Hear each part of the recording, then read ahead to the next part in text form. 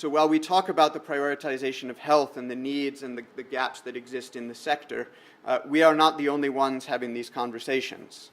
At the same time, the government is looking at how best to roll out the free SHS program, which will inevitably entail costs. There are a number of sectors that are looking at similar questions of increasing domestic resource mobilization in a context that is still fundamentally fiscally constrained. And so, while the picture is quite a bit brighter, I think, than it was a year or two ago, my sense is that our takeaway remains largely the same, that we are confronted with a context in which Ghana is faced with difficult choices in the context of limited fiscal space.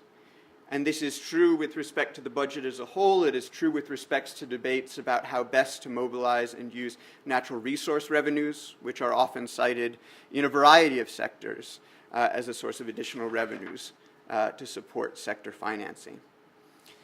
So as we face these choices, we again come back to this point that the choices made are influenced by the context in which they are made. And in some respects, this creates opportunities, and there is a long history of this in Ghana. Intense democratic competition with close elections, parties often win or losing on the basis of decisions of swing voters being very much mobilized by issues of government performance and substantive policy issues. And as a result, we've seen incentives for politicians to create and support and deliver initiatives, policy measures, and programs which not only promote the well-being of Ghanaians, but are also a means to win votes. The interface with the NHIS is probably the only way in which they get there. Otherwise, they find other alternatives, help any way in which they can resolve their healthcare challenges. And if people who don't have money now have to take money out of their pockets or find money to pay for services, it becomes a real problem. So it's a battle for survival for many poor people if the NHIS is struggling. Now, health reform and governmental action to address that challenge is underway.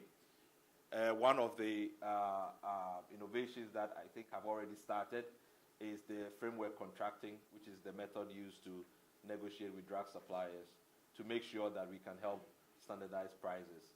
And I understand that 55 high-cost drivers on the NHIS medicine list is what government is now pursuing, which is an important start, and it can be deepened because, as Yuriko was saying, NHIS is spending 50% on medicines, and that's a huge amount of money to spend on the drugs. And there's ways in which we can produce more efficiencies.